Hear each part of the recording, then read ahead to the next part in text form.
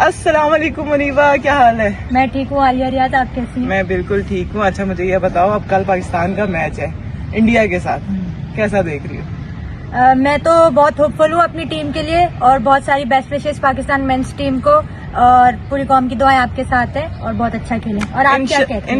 इंशाल्लाह पाकिस्तान बहुत अच्छा परफॉर्म करे और हम सब की दुआएं जो है वो पाकिस्तान टीम के साथ है। Do your best and Pakistan का नाम रोशन करे।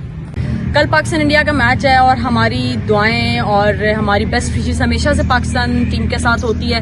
उम्मीद करते हैं कि हमेशा की तरह कल भी बहुत अच्छा खेल दिखाएंगे और अपने मुल्क का नाम रोशन करेंगे। जितने भी लोगों की कह लें कि हमारी दिल की धड़कनें जो है वो हमारी टीम के साथ चल रही होती हैं, तो दुआएं भी हैं, उम्मीदें भी हैं और बस मेहनत करें।